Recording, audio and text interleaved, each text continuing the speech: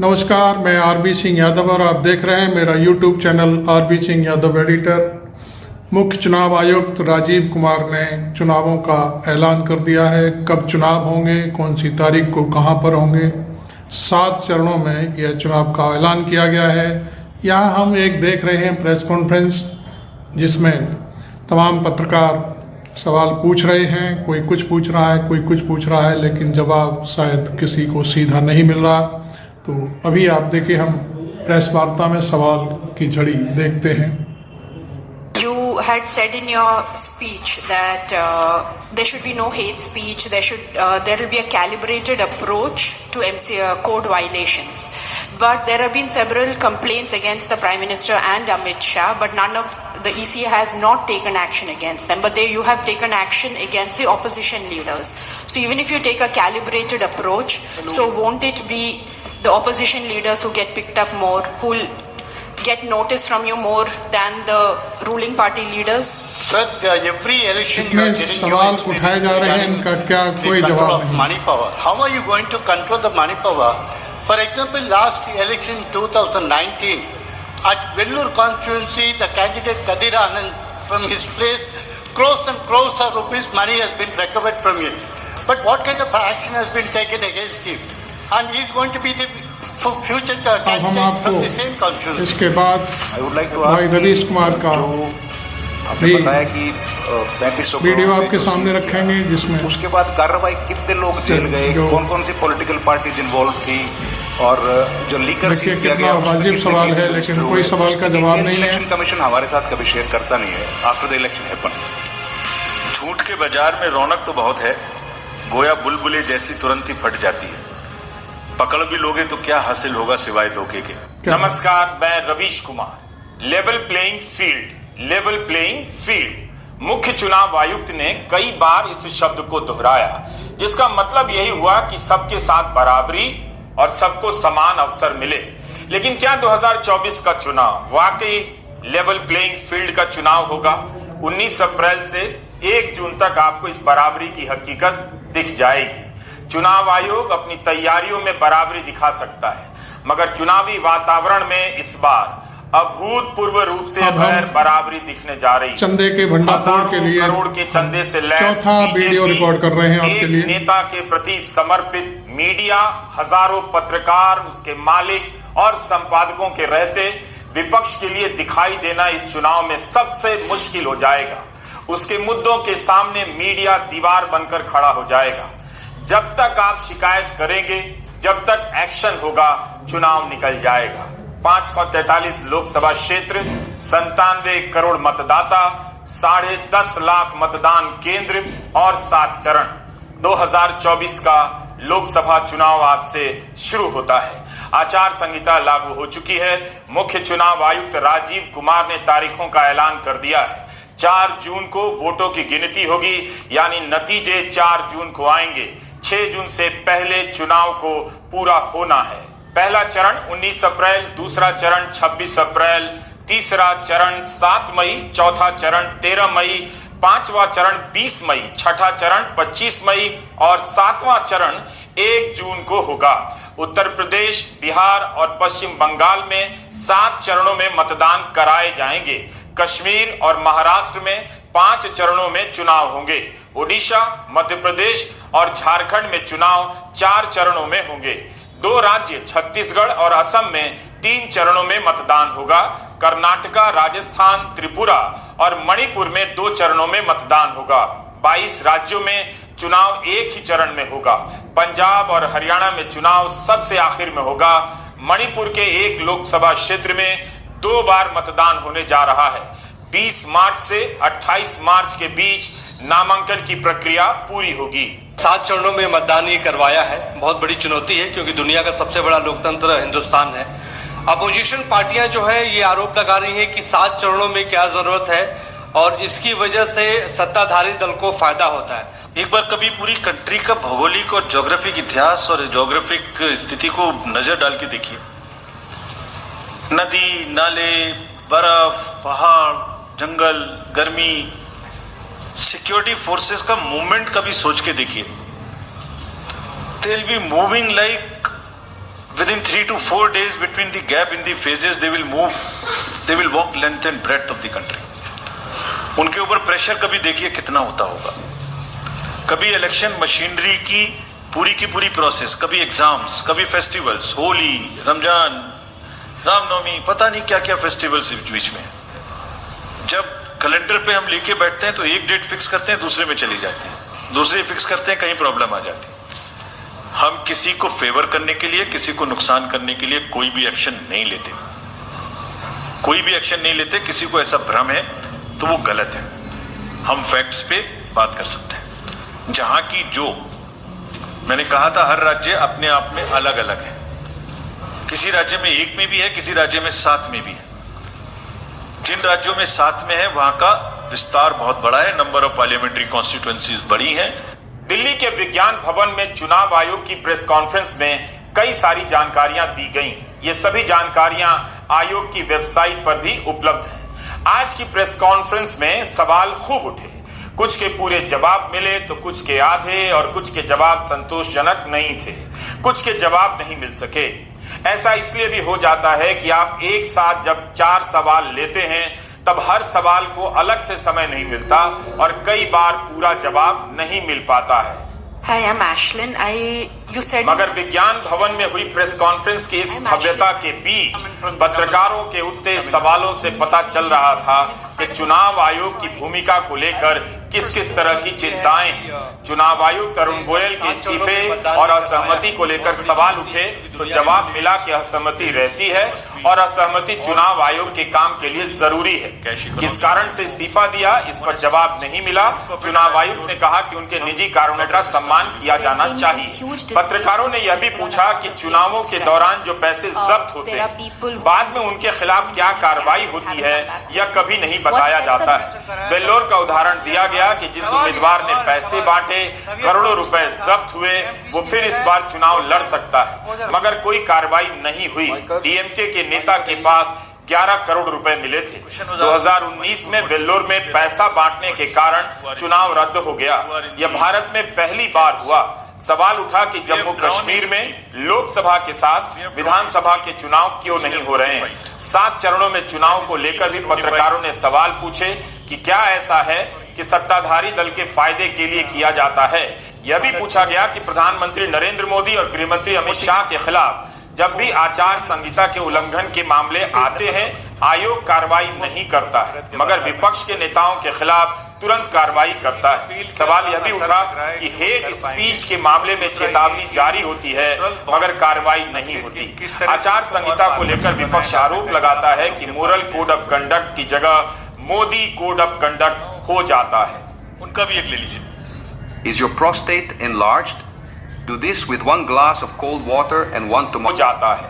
उनका भी एक ले लीजिए, एक ले लीजिए उनका भी. Thank you. You had said in your speech that there should be no hate speech. There will be a calibrated approach to code violations. But there have been several complaints against the Prime Minister and Amit Shah, but none of the ECA has not taken action against them. But you have taken action against the opposition leaders. So even if you take a calibrated approach, so won't it be the opposition leaders who get picked up more, who will get notice from you more than the ruling party leaders? प्रश्न पूछा जिसमें आप ये पूछना चाह रहे हैं कि हम बायस्ड होके किसी के खिलाफ एक्शन लेते हैं, किसी के खिलाफ नहीं लेते. यही आप प्रश्न बेसिकली पूछना चाह रही हैं. पूछना नहीं चाह रही हैं, आरोप लगा रही हैं, जिसका मुझे जवाब आपको देना चाहिए. Correct, very right, you have a question right to ask. आप पिछले 8, 10, 11 इलेक्शंस की सारे आरोप जितने हमारे पास आए हैं वो सबको एक बार पढ़िए. सबको पढ़ने के बाद सबके नोटिसेस देखिए जो हमने दिए हैं. उसमें जहां जहां कोई भी वायलेशन एस्टेब्लिश होता हो उस नोटिस के बाद जवाब आने के बाद भी हमने ऐसा नहीं है सब में कार्रवाई की है. We are very, as I said, they are kind of a moral censor which we have in the beginning issued. और जिस किसी के भी खिलाफ में अगर कहीं भी कोई केस बनेगा, however high star campaigner he or she may be, we will not sit back, we will take action. भाषणों के स्तर को लेकर मुख्य चुनाव आयुक्त ने बहुत जोर दिया, लेकिन कौन कितना पालन करता है यह आपको कल से ही दिख जाएगा। मुख्य चुनाव आयुक्त ने कहा कि सभी राजनीतिक दलों को गाइडलाइन दी गई है और उनसे कहा गया है कि इसकी कॉपी अपने सभी स्टार प्रचारक को दे दें ताकि वे बोलते समय इसका ख्याल रखें कि क्या नहीं बोलना है, ताकि उन्हें यह कहने का कभी मौका ना मिले कि गाइडलाइन की जानकारी नहीं थी। चुनावी प्रक्रिया का पॉलिटिकल डिस्कोर्स का घटता हुआ स्तर, जिसमें as we call it, it's a plummeting level of the political discourse. अगर हमने सब पॉलिटिकल पार्टीज को बहुत स्ट्रांग एडवाइजरी इशू की है, आप पूछेंगे कि एडवाइजरी तो दी, उसके बाद एक्शन क्या होगा, उसका भी जवाब मैं आपको दूंगा। एडवाइजरी इशू की है, जो भी पिछले 11-12 इलेक्शंस में, एक्चुअली जो पिछले 5 साल में जितने भी एमसीसी के वायलेशंस होते रहे उसको हमने इकट्ठा करके एक फाइनल एडवाइजरी दी है before the 24। So this is how we have set our grounds and what we have done in that, we have set, we are putting political parties on notice. Means we have asked political parties to give copy of our guidelines to each star campaigner. तो campaigning करेंगे उनके व्यक्तिगत notice में हमारी guidelines ले आइए, ये जिम्मेदारी हमने पॉलिटिकल पार्टीज को दी है। So now what is happening, we have put them on notice and we will presume knowledge of the guidelines. These are the two fundamental changes which we have made silently. People were asking, you issued so many notices last time, did nothing. We left it at that. That was a moral censor. Now we will go beyond. We will go beyond, and here we have said we will also look at the past. We will also look at the history. चुनाव आयोग ने किस किस की history तैयार की है, इसके बारे में स्पष्ट जानकारी नहीं मिल सकी। आयोग ने कहा कि अगर कोई गाइडलाइन तोड़ता है, गलत तरीके से भाषण देता है, तो उसकी हिस्ट्री भी देखी जाएगी। क्या प्रधानमंत्री मोदी की भी कोई हिस्ट्री है? हिस्ट्री बनाने की इस नीति पर पब्लिक में और जानकारी आनी चाहिए।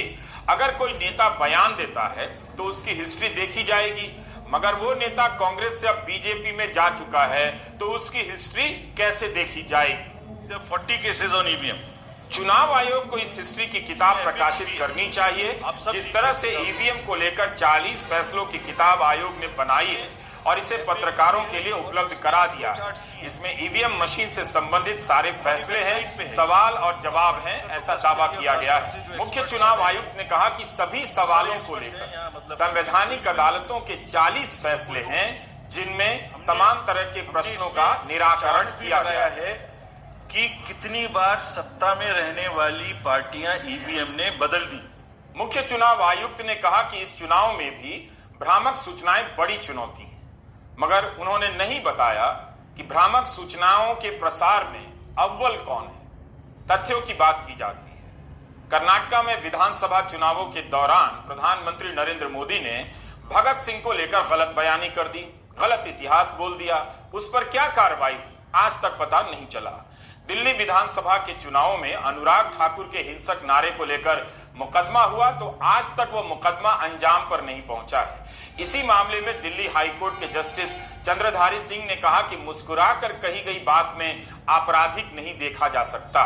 टिप्पणी की थी उन्होंने, मगर इस मामले में अंतिम फैसला नहीं आया है। देखना होगा कि इस गाइडलाइन का इस्तेमाल विपक्ष के खिलाफ ज्यादा होता है या सत्ता पक्ष के।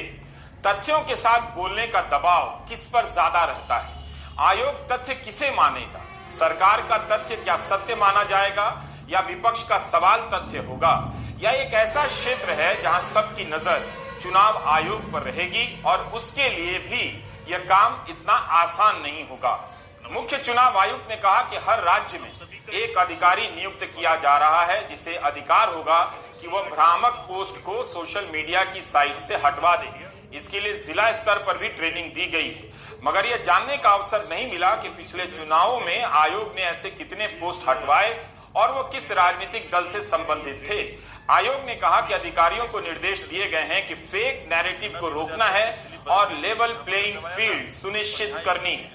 यह सब सुनने में बहुत कर्णप्रिय लग रहा था जब भी चुनाव आयुक्त लेवल प्लेइंग फील्ड की बात कर रहे थे, ऐसा लग रहा था कि सबको बराबरी का अवसर मिलने जा रहा है और उपलब्ध कराना आयोग का सबसे बड़ा काम है। उन्होंने ऐसा कहा भी, मगर क्या ऐसा हो पाएगा? कल से आप हिंदी अखबारों को देखिएगा, 20-20 खबरें बीजेपी की होंगी और 2 खबरें विपक्ष की। आयोग अक्सर संपादकों को हिदायत देने की बात करता है कि भ्रामक खबरों पर कार्रवाई होगी या किसी पार्टी की लहर है ऐसा लिखकर माहौल बनाने को गलत माना जाएगा, कार्रवाई होगी। तो आयोग को बताना चाहिए कि ऐसे मामले किस बड़े अखबार के पकड़े गए हैं, कितने मामलों में कार्रवाई हुई है, क्या यह इतनी बड़ी समस्या है? मुझे लगता है कि यह इतनी बड़ी समस्या अब नहीं है कि किसी उम्मीदवार के बारे में अखबार ने लिख दिया कि जीत गया भाई, जीत गया, अपना महेंद्र भाई जीत गया। बड़े अखबार आमतौर पर यह खेल अब नहीं खेलते हैं, वो दूसरा खेल खेलते हैं। चुनावी रिपोर्टिंग से विपक्ष को गायब कर देते हैं। खासकर 2014 के बाद से यह चलन बढ़ा है। मुख्य चुनाव आयुक्त आलोचनाओं का खूब स्वागत कर रहे थे, मगर बात एक्शन की है। क्या उन्हें इसकी जानकारी नहीं है कि अखबार विपक्ष को जगह नहीं दे रहा है, उसे गायब कर दे रहा है? One of the most boring and frustrating job is to create which should inspire rather than divide. Issue based campaign हो, hate speeches, religious speeches, private life का criticism is what is absolutely avoidable. People should be refraining from giving unverified and misleading advertisements or masquerading as an advertisement as a news. इसमें हमने editors को भी advisory issue की है। वो एक newspaper में बड़ा बड़ा ऊपर में छप जाता है कि इसकी लहर और उसकी लहर। अगर ऐसा है तो साफ साफ लिखें कि एडवर्टाइजमेंट है। Let it not pass through advertisement. We have issued these advisories. Now the time is during this election to go beyond advisories, take concrete action for which in the advisories there are relevant sections of the acts which are also inbuilt. So notice is there, knowledge is there, sections are there. So please, our request is कि campaigning के दौरान please don't try to cross the red line. ये वैसे भी इसलिए जरूरी है that in this digital world जो भी एक बार मुंह से निकलता है उसका रिकॉर्ड तो 100 साल तक के लिए पैदा हो गया, वो बार बार चलता रहता है। So please avoid creating digital memory of bad words which are coming from your mouth. Please be civilised during the election, this is what is our advice.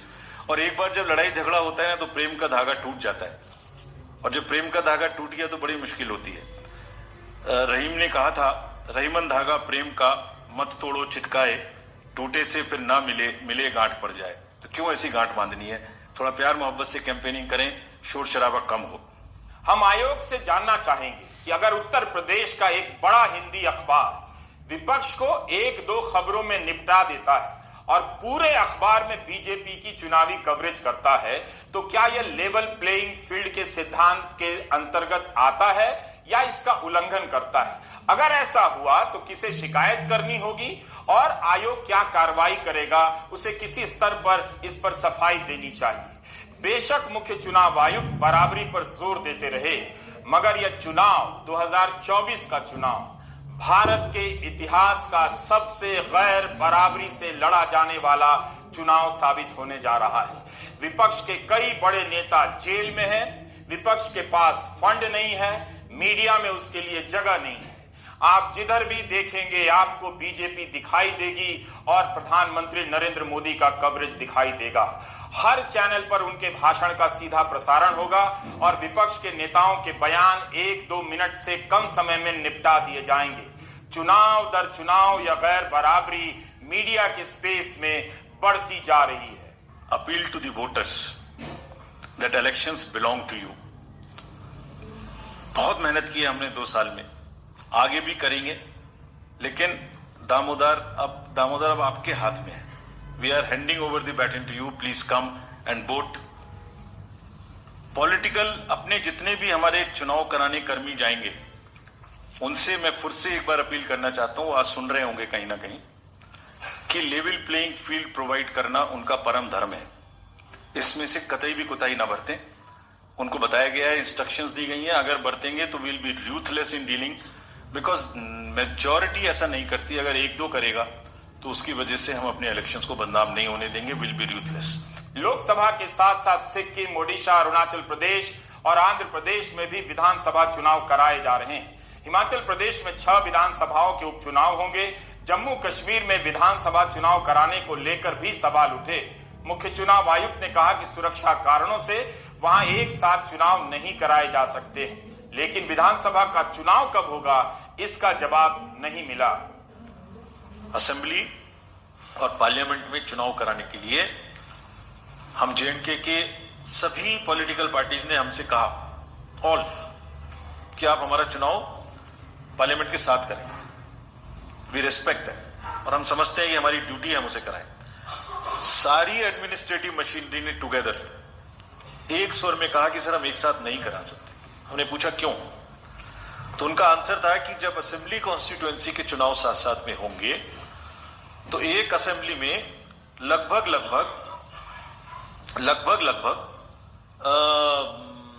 10 से 12 कैंडिडेट खड़े होंगे।